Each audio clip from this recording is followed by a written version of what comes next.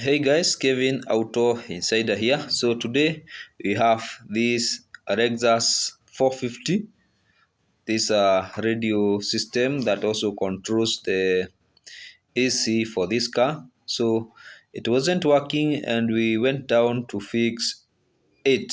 So remember this Lexus 450, the radio system also has the navigation system and the air conditioner. You can also not enjoy the air conditioner since the whole motherboard controls both the air, also the the radio part, the joystick part. So completely it's a shutdown if this system fails. So we'll be repairing the motherboard